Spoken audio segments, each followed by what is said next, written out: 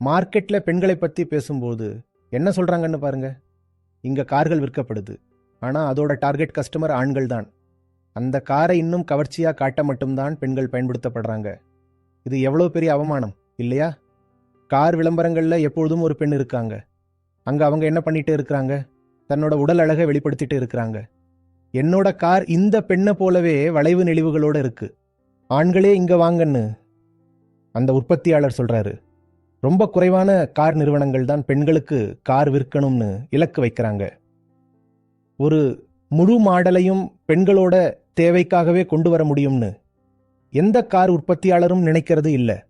ஒருவேளை ஒரு ஆணுக்கு அவன் அதிகமாக பயணம் செய்கிறதுனால அடிக்கடி ஃப்ளையர் ப்ரோக்ராம்ஸ் விற்கப்படலாம். ஆனால் ஒரு பெண்ணுக்கு எப்பவுமே லிப் கிளாஸ், பிரா, அப்புறம் நெயில் பெயிண்ட் விற்கிறது தான் இலக்காக இருக்குது.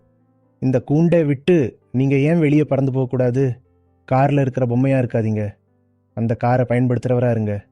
பின் சீட்லேயோ இல்லைன்னா டிரைவருக்கு பக்கத்து சீட்லேயோ உட்காராம டிரைவர் சீட்டில் இருக்க கற்றுக்கோங்க.